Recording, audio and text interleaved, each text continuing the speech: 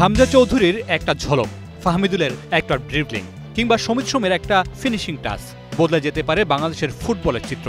অথবা মোরসালিন নৈপুণ্য কিংবা রাকিবের গতিময় ফুটবল হাসি ফোটাতে পারে বাংলাদেশের কোটি মানুষের মুখে। হংকংয়ের বিপক্ষে এমন কিছুর জন্য বাংলাদেশ ফুটবল দলকে করতে হবে কয়েকটি কাজ। সেই কাজগুলো কি সেটি জানিয়েছেন দুই সাবেক ফুটবলার আলফাজ আহমেদ ও জাহিদ হাসান এমিলি।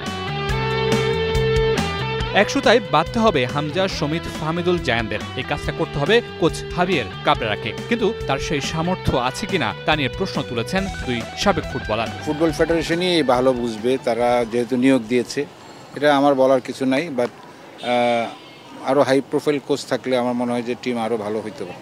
3 বছর আগে যখন কাবরেরা এখানে আসে তখনই আসলে আমার কাছে রং চয়েস ছিল কাবরেরাকে চয়েস করাটাই। নেক্সট 2টা ম্যাচ 9 তারিখ এবং 14 তারিখে তার লাস্ট অ্যাসাইনমেন্ট হচ্ছে, সে যদি ভালো করতে পারে দেন সে থেকে যাবে। আদারওয়াইজ আমার কাছে মনে হয় যে বিএফএফ এর না, কোচিরই এখান থেকে সরে যাওয়া উচিত। সেই সাথে শুরু থেকেই বাংলাদেশ দলকে খেলতে হবে অ্যাটাকিং ফুটবল। র্যাঙ্কিং বিষয় নয়, ম্যাচ ডেতে সেরা খেলে ধরা দিবে জয়, এমন মত জাহিদ হাসান এমিলির। র্যাঙ্কিং আমিও যখন খেলেছি, র্যাঙ্কিং আসলে ম্যাচ ডেতে তেমন কোনো কিছু প্রেফার করে না। অপোনেন্ট যতই স্ট্রং থাক তাদের একটা নার্ভাসনেস থাকবে। এখানে আমাদের 20,000 দর্শক থাকবে, এনভায়রনমেন্ট আমাদের থাকবে, ওয়েদার আমাদের থাকবে। সুতরাং আপনি যদি 20 মিনিটস একটা হাই প্রেসিং করে যদি আপনি একটা গোল আদায় করতে পারেন, তখন কিন্তু আপনি অপোনেন্টকে বিপদে ফেলতে পারবেন, যেটা সিঙ্গাপুর ম্যাচে আমরা করতে পারিনি।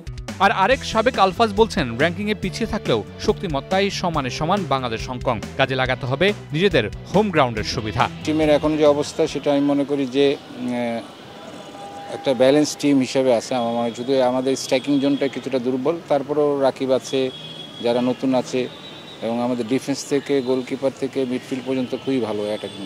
দর্শক সবাই আমাদের সাপোর্টে থাকবে, ওয়েদারও আমি মনে করি যে আমাদের ফেভারে আছে। তো সব কিছু মিলায় প্লেয়াররা যদি 100% এফোর্ট দেয়, ভাগ্য সহায় থাকলে অবশ্যই আমরা জেতার মতো টিম।